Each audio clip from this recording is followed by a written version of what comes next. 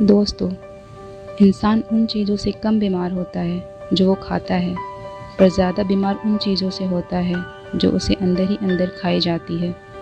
कभी कभी हम इतना परेशान होते हैं कि समाधान हमारे सामने होता है और फिर भी हम उसे देख नहीं पाते। ये कहानी है अजय नाम के एक लड़के की, जो राजस्थान के किसी शहर में रहता था। वह ग्रेजुएट था और एक प्राइवेट कंपनी में जॉब करता था, पर वो अपनी ज़िंदगी से खुश नहीं था। हर समय वो किसी न किसी प्रॉब्लम से परेशान रहता था और उसी के बारे में सोचता रहता था। एक बार अजय के शहर से कुछ दूर पर एक फ़कीर बाबा का काफ़िला रुका हुआ था। शहर में चारों ओर उनकी चर्चा थी। बहुत से लोग अपनी समस्या लेकर उनके पास पहुंचने लगे। अजय को भी इस बारे में पता चला और उसने भी फ़कीर बाबा के दर्शन करने का निश्चय किया। छुट्टी के दिन सुबह सुबह ही अजय उनके काफ़िले तक पहुंचा। वहां सैकड़ों लोगों की भीड़ जुटी हुई थी। बहुत इंतज़ार के बाद अजय का नंबर आया। उसने कहा, बाबा, मैं अपनी लाइफ से बहुत दुखी हूँ। हर समय समस्या मुझे घेरी रहती है। कभी ऑफिस का टेंशन, तो कभी घर पे अनबन हो जाती है और कभी अपनी सेहत को लेकर परेशान रहता हूँ। बाबा, कोई ऐसा उपाय बताइए कि मेरे जीवन से सभी समस्याएं ख़त्म हो जाए और मैं चैन से जी सकूँ। बाबा ने अजय की बात सुनकर मुस्कुराया और बोला, बेटा, आज बहुत देर हो गई है। मैं तुम्हारे प्रश्न का उत्तर कल दूंगा, लेकिन क्या तुम मेरा एक छोटा सा काम करोगे? ज़रूर करूँगा, अजय खुशी से बोला। बाबा ने कहा, देखो बेटा, हमारे काफ़िले में 100 ऊँट है और इसकी देखभाल करने वाला आज बीमार पड़ गया है। मैं चाहता हूँ कि आज रात तुम इनका ख्याल रखो और जब 100 के 100 ऊँट सो जाएं तो तुम भी सो जाना। ऐसा कहते हुए बाबा अपने तंबू में चले गए। अगली सुबह बाबा ने अजय से मिला और पूछा, कहो बेटा, नींद अच्छी आई?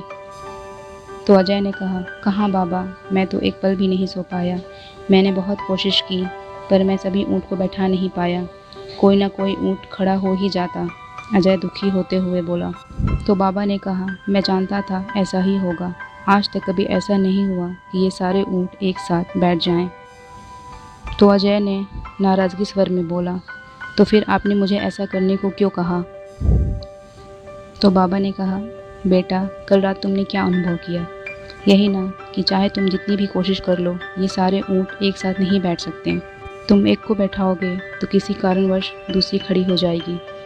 बेटा, जब तक लाइफ है ये प्रॉब्लम तो बनी रहेगी, कभी कम तो कभी ज़्यादा। तो इस पर अजय ने पूछा, तो फिर हमें क्या करना चाहिए बाबा?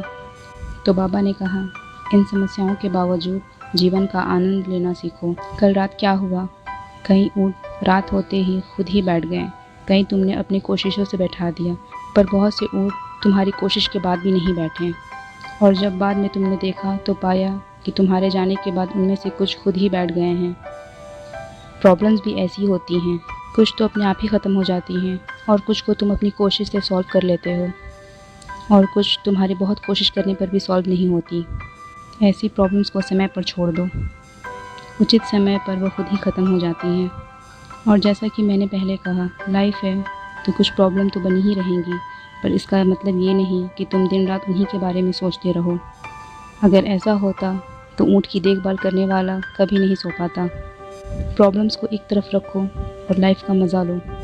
जब उनका वक्त आएगा वो खुद ही सॉल्व हो जाएंगी। इसलिए फ्रेंड्स, गॉड को थैंक्स करना सीखो, प्रॉब्लम्स खुद ही ख़त्म हो जाएंगी। ऐसा कहकर फ़कीर बाबा ने अपनी बात पूरी की। सो फ्रेंड्स, आई होप आपको ये स्टोरी अच्छी लगी होगी। अगर ये स्टोरी आपको अच्छी लगी तो लाइक करें और अपने दोस्तों के साथ शेयर करें। तो मिलते हैं ऐसी एक स्टोरी के साथ। तब तक के लिए खुश रहें और अपना ख्याल रखें। And please don't forget to subscribe.